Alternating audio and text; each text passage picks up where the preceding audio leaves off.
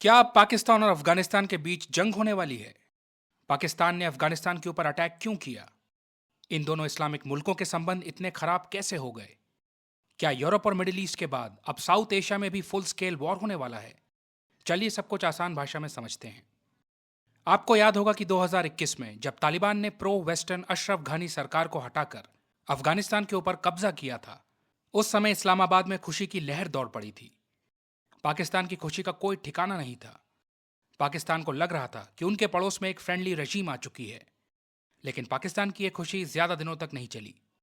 बहुत जल्द उसे रियलिटी चेक हो गया। आज 3.5 साल बाद की स्थिति है कि पाकिस्तान के अफगानिस्तान के साथ संबंध अच्छे नहीं हैं। तो ऐसा क्या हो गया इन दोनों देशों के बीच? बात यहां तक कैसे पहुंची? कारण है तहरीक ए तालिबान पाकिस्तान, शॉर्ट में टीटीपी, जिसे पाकिस्तानी तालिबान के नाम से भी जाना जाता है। टीटीपी एक Afghanistan based Islamist militant group है जिसका लक्ष्य है पाकिस्तान की गवर्नमेंट को उखाड़ फेंकना। और यह अचीव करने के लिए टीटीपी रेगुलरली पाकिस्तान के ऊपर अटैक्स करता रहता है। पाकिस्तानी तालिबान की आइडियोलॉजी अफगान तालिबान से मिलती जुलती है। दोनों ही एक्सट्रीमिस्ट ग्रुप्स के बीच इस्लाम का स्ट्रिक्ट इंटरप्रिटेशन और शरिया लॉ एस्टैब्लिश करने का गोल कॉमन है। दोनों ही ग्रुप्स वेस्टर्न इन्फ्लुएंस और सेक्युलर गवर्नमेंट को अपोज करते हैं और जिहाद के थ्रू इस्लामिक गवर्नेंस एस्टैब्लिश करना चाहते हैं। यहां तक कि 2001 से 2021 तक 20 साल चले अफगानिस्तान युद्ध में पाकिस्तानी तालिबान और अफगान तालिबान ने वेस्टर्न पावर्स के अगेंस्ट एकजुट होकर कंधे से कंधा मिलाकर लड़ाई की थी। 2021 में यह युद्ध समाप्त हो गया था। यूएस ने अफगानिस्तान से विथड्रॉ कर लिया था और देश अफगान तालिबान के कंट्रोल में आ गया था। तो अफगान तालिबान और पाकिस्तानी तालिबान या टीटीपी की सेम आइडियोलॉजी है, सेम एथनिसिटी है। दोनों ग्रुप्स के मेजॉरिटी मेंबर्स पश्तून हैं, बट दोनों ग्रुप्स में एक मेजर डिफरेंस है। पाकिस्तान को लेकर अप्रोच में अफगान तालिबान और टीटीपी की अप्रोच अलग है। टीटीपी, जैसे कि हमने बात करी, एंटी पाकिस्तान अप्रोच फॉलो करता है। टीटीपी को पाकिस्तान के एग्जिस्टेंस से समस्या है। उसका तो लक्ष्य ही है पाकिस्तानी स्टेट को ओवरथ्रो करना। जबकि अफगान तालिबान ऐसा कोई लक्ष्य ओपनली क्लेम नहीं करता है। इनफैक्ट अफगान तालिबान को तो पाकिस्तानी आर्मी का सपोर्ट तक मिलता रहा है। अफगान तालिबान के बड़े लीडर्स जैसे मुल्ला ओमर और हक्कानी नेटवर्क के फाउंडर जलालुद्दीन हक्कानी को पाकिस्तान सेफ हेवन प्रोवाइड करता आया है। पाकिस्तान की इंटेलिजेंस एजेंसी आईएसआई अफगानिस्तान में अपने इंटरेस्ट को प्रमोट करने के लिए तालिबान के लीडर्स को एसेट की तरह इस्तेमाल करती आई है। तो अफगान तालिबान की पाकिस्तान को लेकर अप्रोच टीटीपी से काफी अलग रही है। तो जब टीटीपी के द्वारा क्रॉस बॉर्डर वायलेंस की जाती है या पाकिस्तान के अंदर अटैक्स किए जाते हैं, उससे पाकिस्तान और अफगान तालिबान के संबंध खराब होते हैं। पाकिस्तान अफगान तालिबान के ऊपर टीटीपी को संरक्षण देने का आरोप लगाता है। अफगान तालिबान के द्वारा टीटीपी पर लगाम न लगा पाने के कारण कई बार पाकिस्तान खुद मिलिट्री एक्शन ले लेता है। जैसे अभी रिसेंटली पाकिस्तान ने अफगानिस्तान के अंदर टीटीपी के ट्रेनिंग सेंटर्स के ऊपर एयर स्ट्राइक्स की। क्योंकि अफगान तालिबान टीटीपी को रोकने में असमर्थ रहा है, तो पाकिस्तान खुद ही स्ट्राइक्स करके टीटीपी को कमजोर करना चाहता है ताकि वो अपनी सॉइल पर होने वाले अटैक्स को प्रिवेंट कर सके। आए दिन हमें न्यूज़ मिलती रहती है कि पाकिस्तानी तालिबान ने पाकिस्तान में अटैक कर दिया है और अटैक में पाकिस्तानी आर्मी, पुलिस या सिविलियंस ने अपनी जान गंवाई है। ऐसी खबरें रेगुलरली आती रहती हैं। पाकिस्तान अफगान तालिबान को कई बार टीटीपी को कंट्रोल करने के लिए कहता है, बट टीटीपी की एक्टिविटीज़ जारी रहती हैं।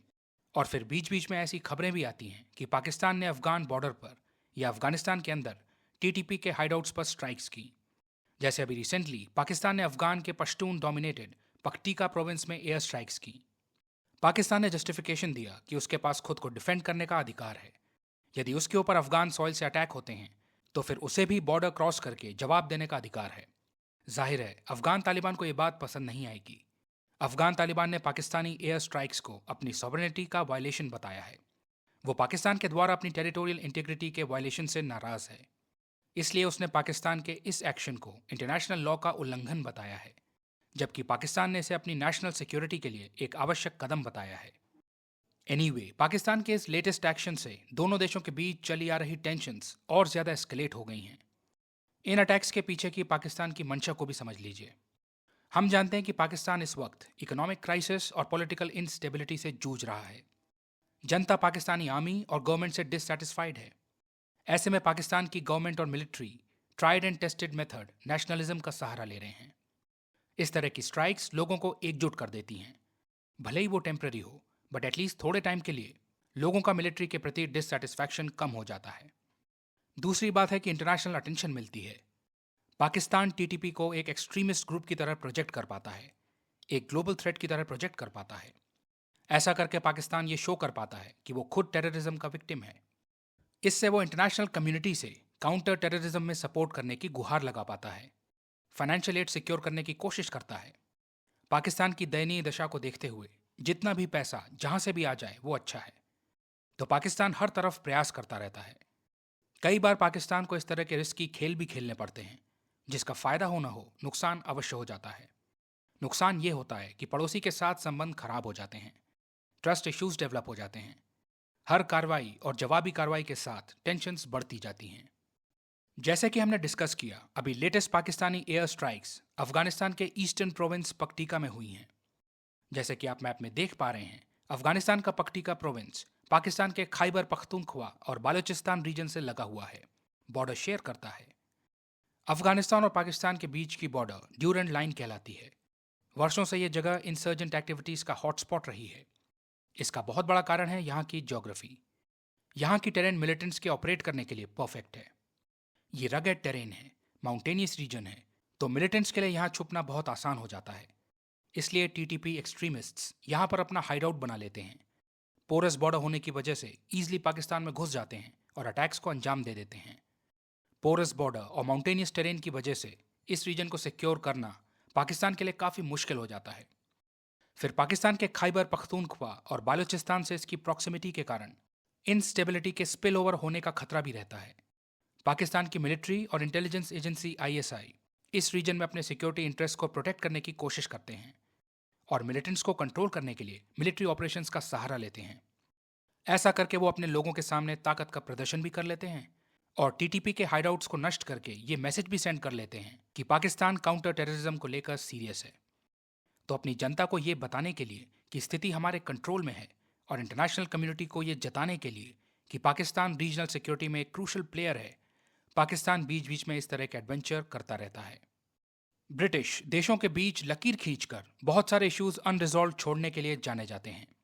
Durand line British colonial rule का ही तोहफा है, जो आज तक अफगानिस्तान और पाकिस्तान के बीच टेंशन की जड़ है। मैप पर खिंची ये लाइन एक ऐसा जख्म है जो आज तक भरा नहीं है। अफगानिस्तान ने इसे आज तक एक्सेप्ट नहीं किया है। यहां पर रेगुलरली दिक्कत आती रहती है। तमाम सिक्योरिटी थ्रेट्स, स्मगलिंग और क्रॉस बॉर्डर इंसर्जेंसीज देखने को मिलती हैं। 1980s में कोल्ड वॉर के समय जब सोवियत यूनियन ने अफगानिस्तान को इन्वेड किया था, तब पाकिस्तान ने सोवियत फोर्सेस के अगेंस्ट अफगान मुजाहिदीन फाइटर्स को सपोर्ट किया था। इन्हीं मुजाहिदीन फाइटर्स को लेके यूएस और पाकिस्तान के सपोर्ट से तालिबान अस्तित्व में आया था।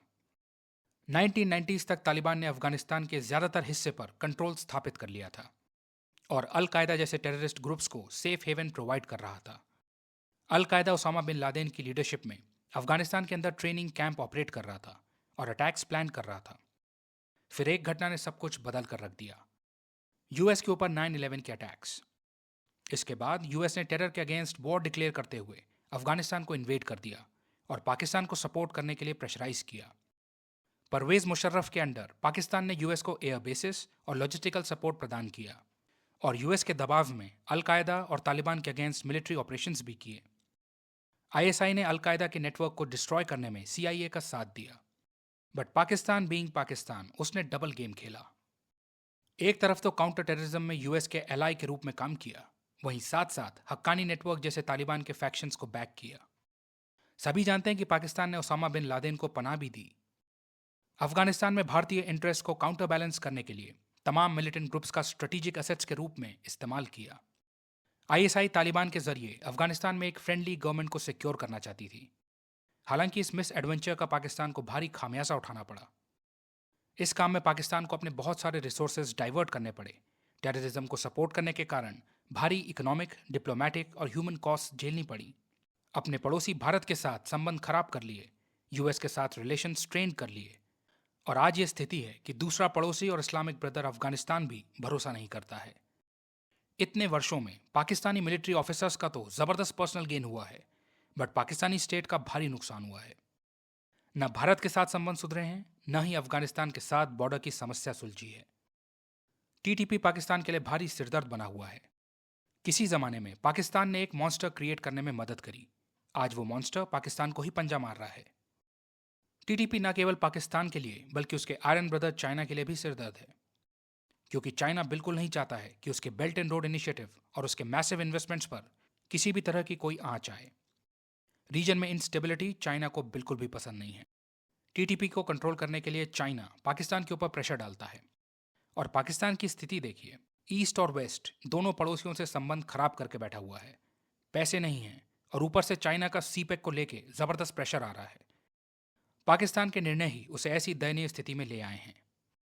पाकिस्तान और अफगानिस्तान के संबंधों में गहरी दरार आती जा रही है। दुनिया की अन्य सरकारों की ही तरह अफगान तालिबान भी पाकिस्तान को जरा भी ट्रस्ट नहीं करता है।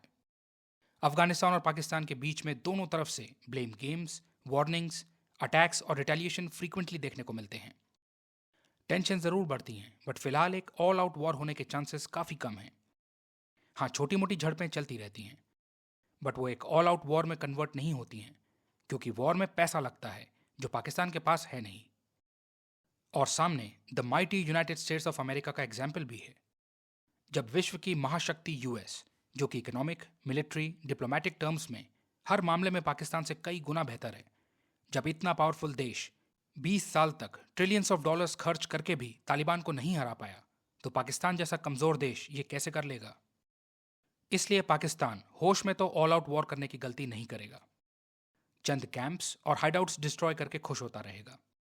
2021 के यूएस के उस एम्बैरेसिंग विथड्रॉवल की यादें तो अभी ताज़ा होंगी। तो इकोनॉमिक क्राइसिस से जूझ रहा पाकिस्तान अफगान तालिबान के साथ फुल स्केल वॉर शुरू करने की गलती नहीं करेगा, क्योंकि वो इस समय कॉन्फ्लिक्ट को अफोर्ड करने की स्थिति में है ही नहीं। अभी तो देश को कोलैप्स होने से जैसे तैसे बचा ले वही बहुत है, क्योंकि भारत के साथ हॉस्टिलिटी आप छोड़ेंगे नहीं, तो वहां तो आपके रिसोर्सेज ड्रेन होते रहेंगे। तो ऐसे में थोड़ा सा भी सेंस होगा तो अफगानिस्तान के साथ दूसरा फ्रंट खोलने की सोचोगे भी नहीं। तो भले ही पाकिस्तान और तालिबान किसी समय साथ साथ लड़े हों, बट आज की रियलिटी ये है कि दोनों एक दूसरे के आमने सामने खड़े हैं।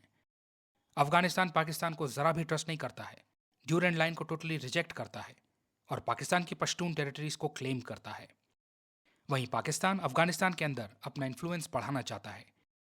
इसे समझते हुए अफगान तालिबान तेजी से पाकिस्तान पर अपनी डिपेंडेंस को कम करने की दिशा में काम कर रहा है। तालिबान ईरान के चाबहार पोर्ट में इन्वेस्ट कर रहा है, उज्बेकिस्तान के साथ रेलवे लिंक एस्टैब्लिश कर रहा है, सेंट्रल एशिया के साथ कनेक्टिविटी बढ़ाकर ट्रेड के लिए पाकिस्तान के ऊपर अपनी निर्भरता को कम कर रहा है। कैलकुलेटेड स्टेप्स लेकर पाकिस्तान की अफगानिस्तान को डिपेंडेंट रखने की स्ट्रैटेजी को काउंटर कर रहा है। बौखलाया हुआ पाकिस्तान मिलिट्री एक्शन ले रहा है, एयर स्ट्राइक्स कर रहा है, जिससे कोई विशेष लाभ नहीं होगा। क्योंकि यदि इससे लाभ होना होता तो अमेरिका, जिसके पास आपसे कहीं ज्यादा रिसोर्सेज हैं, वो नहीं सफल हो जाता। उसे इस तरह से भागना थोड़ी ना पड़ता। तो ये चीजें बस पाकिस्तान को शॉर्ट टर्म में एक फॉल्स सेंस ऑफ कंट्रोल प्रदान करेंगी। लॉन्ग टर्म में तो इससे पाकिस्तान और अफगानिस्तान के बीच मिसट्रस्ट और बढ़ेगा और रीजन डिस्टेबलाइज होगा। हालांकि फुल स्केल वॉर होने के चांसेस काफी ज्यादा कम हैं। समझदारी इसमें होगी कि बैठकर डिप्लोमेसी के जरिए एथनिक टेंशंस, टेरिटोरियल डिस्प्यूट्स और हॉस्टिलिटीज को सुलझाया जाए और रीजन को स्टेबलाइज किया जाए। वरना पाकिस्तान की जैसी अभी स्थिति है, या तो वैसी ही बनी रहेगी या उससे और ज्यादा खराब हो जाएगी।